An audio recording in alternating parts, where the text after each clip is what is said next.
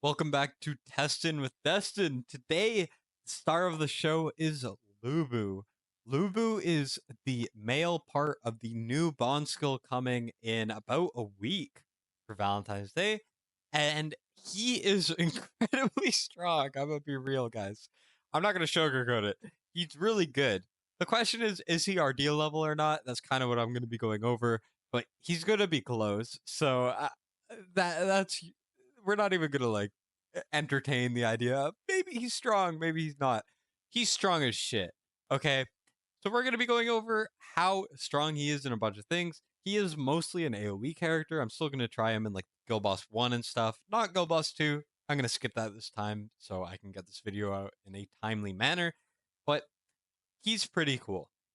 Now, I did already make a first impression and full kit reaction type of thing before, so I'm going to see how fast I can go over his kit for this, and then we're going to immediately jump into the testing. I think he's going to be a GvG legend, but of course, I will have to check. Now, the goal to read the kit is 4 minutes. That's how long I am giving. There's going to be a timer in the corner, and let's see how we do. So, first of all, he is part of a bond, and he will be on Ancients. I'm 99% sure. He's Northerner and Chaotic, same faction as Ardea. His stats are 20,000 HP, 5,400 base attack, 3,000 defense, 20 cost. He also has 2.6 attack interval. He has gear on, so keep that in mind. He is better in Infernal Roar than Soulbound Arcana because they both work on him, but Infernal Roar activates earlier. Now, he does normal damage, and he has a very, very interesting range with 3 tiles. When he's A1, it goes up by 1, which we'll get to in a second. The talent is every 12 seconds, the next basic attack consumes 15% of current HP to gain Chaos Strike. Basically, it's a big boy attack, similar to like Ardea's cleaving attack. Now, when you deploy him, he enters this ability called Deep Descent. The way it works is he will gain HP, 65% of his max HP as a separate health pool. And then when he loses that health pool, he just goes back to his normal portion and gains 50% HP on top of that, which is great. So instead of dying, he fake dies, which is pretty cool. He also gains the enhancements effect of his ultimate, which we will get to very shortly. When his HP drops below 65 as well, Chaos Strike trigger interval is reduced from 12 to 10 seconds. Now, his basic attack is 120% AoE damage up to 5 enemies, 3 tile range. His first passive gives him a lot of range. When he's not in his Deep Descent, his mode, his form that does a lot of damage, he gains extra rage when attacking enemies, and every time he loses 20% max HP, he gains 2% rage. They both double when he is below 50%. Now, his second passive is when HP is below 65%, increases damage by 30%, and for every ally within 2 tiles with HP below 65%, increases by 10% as well, and also, and can stack up to 30% increase. When the hero or an ally's HP drops below 65% for the first time, he gets 30% rage, cycling to his ultimate. He also has increased arena damage, which is pretty cool. His bond skill, his ultimate is 800 cost, 25 seconds. It actually lasts for 15 seconds because of the bond skill. When you have Dio-chan, which I will go over in a different video, you're going to last 15 seconds longer on the ultimate, making it 40 seconds, which is kind of nuts. Immediately enters at Deep Descent. Upon reaching maximum power, it is a 200% move, 200% ultimate. It can stack up to double the ultimate cost, and then he will gain 40% more attack and reduce the trigger interval of Chaos Strike by an extra 3 seconds, which then makes it 7 seconds every time he will do it, which is kind of crazy. And he will enter this when you place him down. His Awakenings is A1, extra range. He gets 4 range instead of 3, and if the enemy is not being blocked by anyone, then increases damage to them by 20%. 18 costs at A2. A3 is increases Chaos Strike damage multiplier from 320% to 360, and also executes enemies with HP below 15%. A4 is attack plus 300. A5 is when he's under his mode, his Deep Descent, which is his ultimate, and when he's placed. Instead of dying through that, he will instead maintain it for a certain amount of time, and it will just reduce the duration. So instead of fake dying, he's fake dying. It's pretty cool. He also has a exclusive artifact, increases AoE damage by 30%. When Chaos Strike kills an enemy, reduces the trigger interval of the next Chaos Strike by 4 seconds. This effect has a 30-second cooldown. There we go. He's really cool, very, very fun, and I'm enjoying the very limited amount of testing I've done. So I'm going to go grab some data on his awakening damages and all of this stuff, and then I'm going to see some areas where I think he will be good in, mainly Arena and GvG. He seems like a very good end game unit. I know a lot of people are going to say that this isn't really a good test or something to go over, but I actually disagree because this gives us a lot of insight into how he functions. I put Lubu with A0, A1, and A3, which you can see on the screen, all with Vortex, and then I took that A3 and I put it with Carnelian. And something that's really interesting is the secondary health bar actually, you want it to be below 65% or 50% or whatever to get him to his max potential. So basically, something like Vortex actually dampens its damage. So if we were to kind of do a test here, uh, we can kind of just go into the guild boss, and I could put down Lubu. Lubu's instantly going to go into his special form. As you can see, like the ghost of Dao Chan or whatever the hell is right there. And he's going to immediately go into essentially his ult, and he's also going to get a ton of rage, right? This is how it looks. You're going to see that he's doing about 140k damage each hit. As you can see, bonk, 143k damage, right? And then when he loses his HP, he's sticking at 143k damage. He does a big hit, whatever. But what happens is when you heal him a little bit, he's actually going to drop quite a bit in damage. So you want to use him with healers that don't heal him, basically, like a Carnelian, right? Because we could put down Lubu, Carnelian, and let it go in. And we're going to go like this. Also, something interesting about him is he's one of 3 heroes, I think, currently that have extra health bar. He only gains his like stat bonuses when he has 200% when you click his ultimate, and then he does a lot of damage. Without it, he does quite a bit less. So that's kind of everything. I mean, the A3 is like 20% more damage in Guild Boss as long as he's not in the front. If he's in the back, but you're not really going to use him for Guild Boss. This is just kind of to give us a little bit of an idea of how he works. I want to try him in Arena. I want to try him in GvG, and also Grade 1, I think. He might be cool. In Arena, there's one woman that sounds above the rest, apart from Magda, and that is Ardea. This is Ardea. She's incredibly strong, does crazy damage, and has the perfect range for Arena. And very few units have even stood close to her. But now Lubu comes to challenge the throne. Let's see how he does. So for this team, I just kind of have everyone in Infernal Roar except for Salazar and Soulbound. He's better in his exclusive year, but I don't have it. Cyrene, Elduin, all of this stuff, and I'm just gonna see how it goes. Of course, this is not like a perfect test by any means, but it should give us some insight into Arena in general. To start off, this is just kind of the meta strat or whatever. You always do Cyrene, just for that cost, and then you can put down Valderon like that, and then I mean you just keep it going.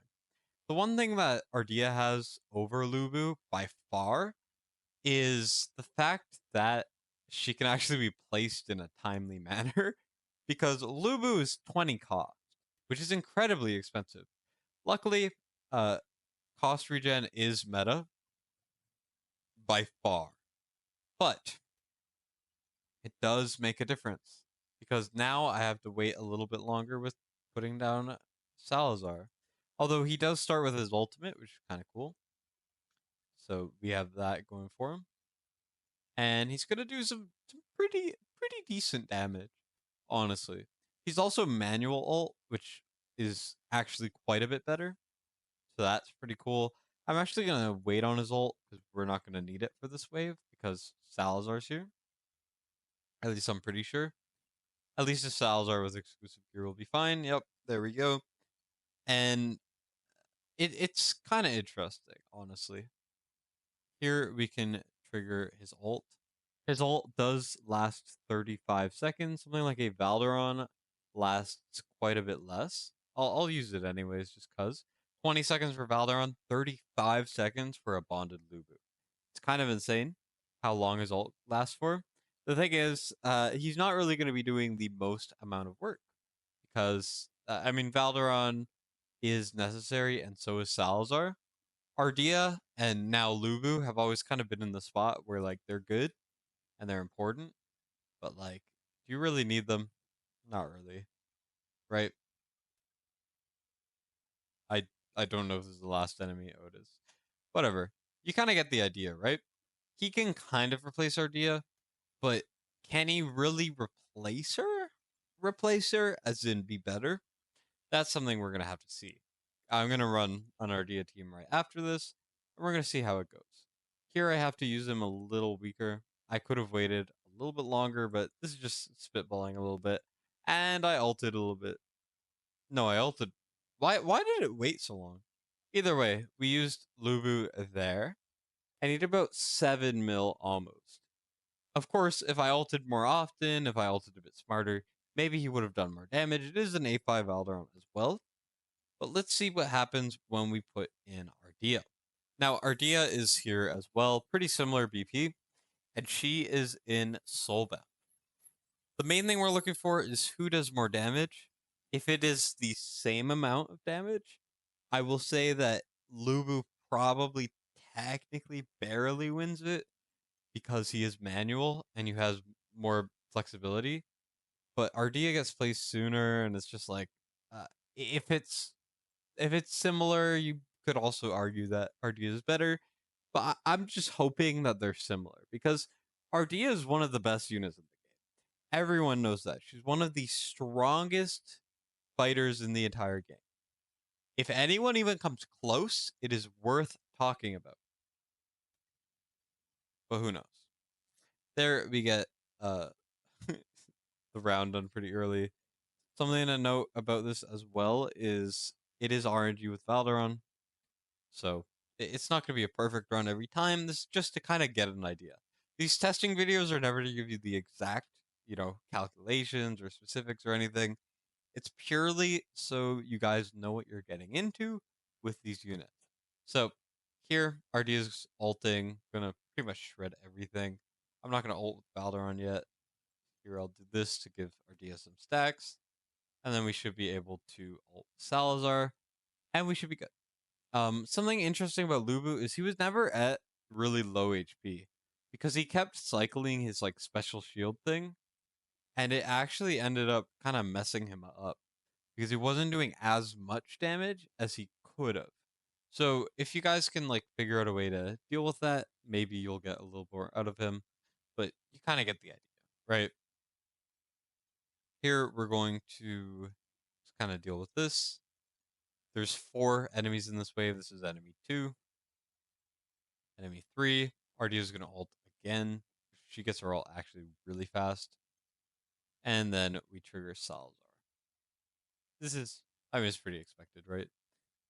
Once again, I could have gotten more out of Lubu for sure.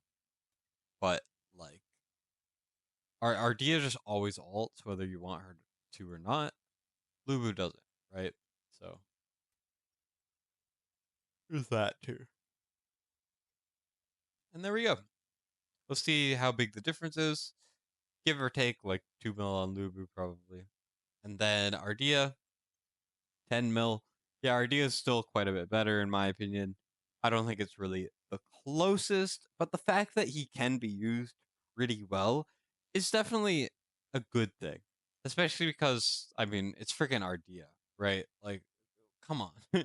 Ardea is one of the best units in the game. Undeniably. Even, like, what? 80% of Ardea is an insane unit, right? Something else I will not be personally doing, but I figure is good to mention, is there's actually a decent Valorant team in AoE when you don't have Ingrid. And you use like Ardea and use Valorant. Valorant doesn't have a ton of range, but Lubu does. So you could put Ardea and Lubu down, and they will kind of clear all the waves themselves, which is pretty cool. I'm not going to show it though because I don't fully know how to make that team. I'm just saying that I think it might work. Now, I know a lot of people are going to be very disappointed, and I also am very disappointed, but it is literally impossible to test Lubu in Guild v Guild because there is no competition, there is no other guilds that have registered, and you just can't register. I don't know why. I registered before and I was able to do GvG before. Sometimes it breaks and it just doesn't let you. So, I don't know why that's the case, but let's just quickly go over his potential BP. I mean, realistically, if you were to put on the best BP gear that you could, if I just kind of slap stuff together, like this gear is quite good. By quite good, I mean it's near impossible to get in an actual thing, right? Let's put on the exclusive. Wailing Skull also gives a certain amount. He's at about 109k at A0. We're going to swap the gear on. And then we're going to equip him at A5. He can get up to about 120k. It's not great. If you do happen to get him awakened and he's your best unit, you'll obviously get use out of him for BP. But it's nothing really to be excited about or ecstatic about, like a Bubba, for example, who does exist and is also very strong. So just keep that in mind going through. I'm really sorry I can't test GvG. I really, really wanted to, and it was the main thing that I thought he might be good at. Another thing is actually the fact that Conqueror Codex does not exist right now on test server. This is like the Forerunner thing, so this is probably what we're going to get on global for the next rotation. We just straight up can't do Conqueror Codex. So I'm really sorry about that, guys. I wish I could, but I literally cannot, even if I wanted to with all my heart, which is unfortunate. Something else I want to try is AoE damage versus Ardea. The way this is going to work is I'm just kind of going to place him down, and then I'm going to wait. Of course, there are a couple things to go into this with. Ardea has a lot more base attack. It's just a fact. So Ardea is going to have automatically a advantage here, especially compared to Lubu, who has less attack. Less attack means less ability to, pierce through damage and stuff, right? So keep that in mind while going into this. Also, Lubu, I think, benefits a little bit more from inspiration. And because Dio-chan is a very, very good, debatably even the best inspiration unit in the game, not debatable, she is the best inspiration unit in the game, she's going to work absolutely beautifully with her. So keep that in mind as we're going in. Once again, this is just kind of a rudimentary test, just to kind of show a comparison, but not fully go into the nitty gritty, because let's be real, that would take 5 million hours. I more just want to show you guys what they do, and then you guys can go out and figure it out for yourself. I just find that a little bit more fun. There he stays alive slightly longer and then ends up dying, which is a little bit unfortunate, but it happens, right? And then he did about 32,000 or 32 million damage, right? Now we go to Ardea. Ardea has Soulbound on. Lubu has the freaking Infernal Roar, because what makes sense. Now Ardea can hit 7 enemies with her basic attack, which automatically puts her at an advantage for this. And once again, her attack is so high that she's really going to break through these early enemies a lot easier, which is a big, big bonus.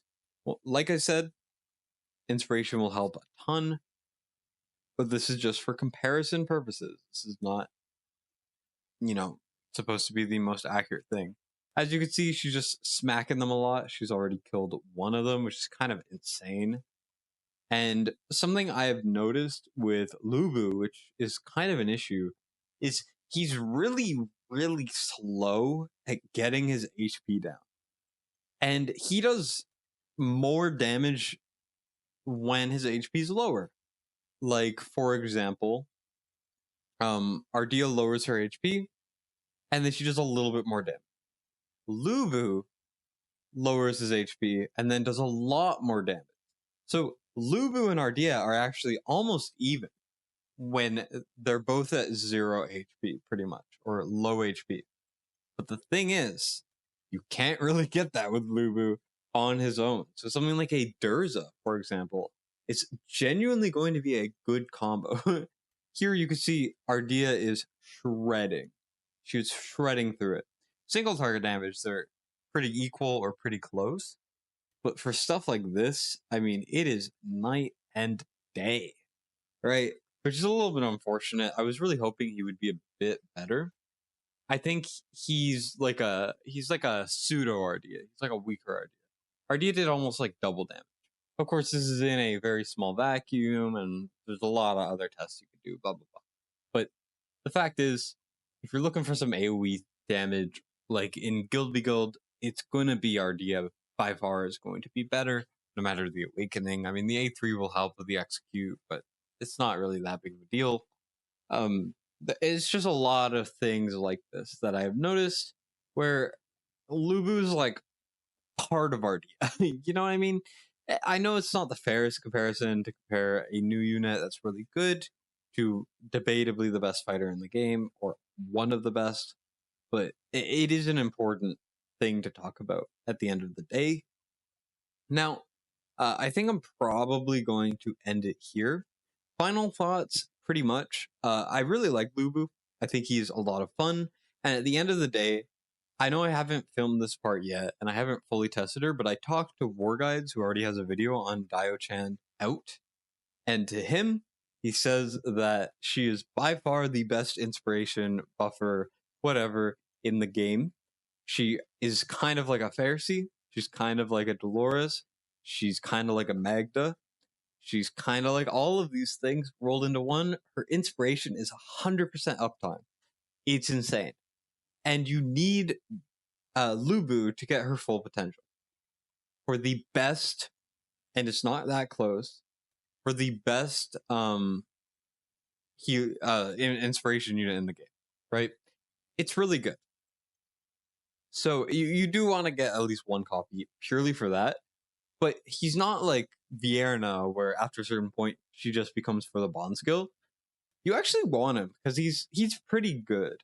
I would say like Eris is really solid and really cool and stuff. I think Lubu is probably better for Guild v Guild, is what I'm assuming. He is at the end of the day like a 80% of Ardea for a lot of content, and for other things he's like 60% of Ardea. It's just Ardea's inherently, her attack being the highest attack in the game, really, really, really allows her to shine in a lot of the areas where you're going to use a hero like this to the level that you use Ardea. And they're almost like the same unit, same faction, similar range. They're both AoE. You know, if you don't have Ardea like me, this is a must pull unit.